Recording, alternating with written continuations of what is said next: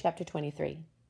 At school, I skip lunch period and go over to the library and hand in my stuff for the contest. The librarian says that over 100 kids have entered this contest. I almost take back my entry when she tells me that.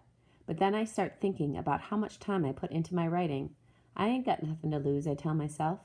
I'm almost out the door when I see some books on the table. They're poetry books, so I sit down and look at them for a while and think about Daddy all over again.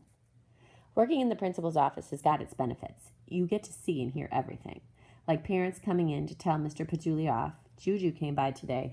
She didn't have an appointment, but she wouldn't leave, so they pulled Miss Saunders out of class and got someone else to cover her for a while. Before Miss Carroll could open her mouth to speak, Juju was screaming loud as anything. She was saying her sister is failing because of Miss Saunders. Mr. Pajuli comes rushing out of his office, asking Juju to quiet down. He puts out his hand and introduces himself. Juju looks at his hand like it's dirt on it. She ain't gonna shake it. He asks her to calm down. She won't. Juju starts saying who she is and what she's come for. She's got on a skin-tight, fire engine red dress that swishes like cheddar cheese on a grater every time she moves. She's banging her fist like a gavel on the front desk. She sticks her long, bony finger in Mr. Pajuli's face and says, "Before that woman came, Char got A's. Now all she gets is D's. What's up with that?" she shouts. Juju's right about Char's bad grades. As soon as Miss Saunders came here, she separated me and Char's seat. I guess you could see I was letting Char cheat off me. I ain't been doing Char's homework like I was neither. Lately, I've been making up excuses, saying Mama's been keeping me busy with chores, stuff like that. Before Mr. Pajuli answers Juju is on a new subject. Char's all the time talking about that woman at home, mostly how mean she is, and ugly.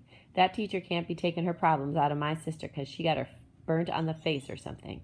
Mr. Pajoli asks Juju to come into his office. No, Juju says. She's not leaving until she sees Miss Saunders. Mr. Pajoli finally tells Miss Carroll to send her for Miss Saunders. Miss Saunders comes into the office with her head up and her grade book under her arm. She's wearing red today, too. She seems calm, maybe because she's never met Juju before. Mr. Pajoli waves his hand for Juju to follow him to the office.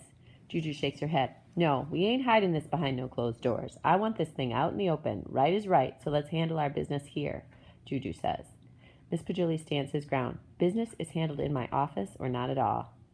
Juju's still mouthing off, but she follows behind Mr. Pajoli. This is Char's third time in 7th grade, she's saying. Char can't afford to do no more time here. Her other teachers know that.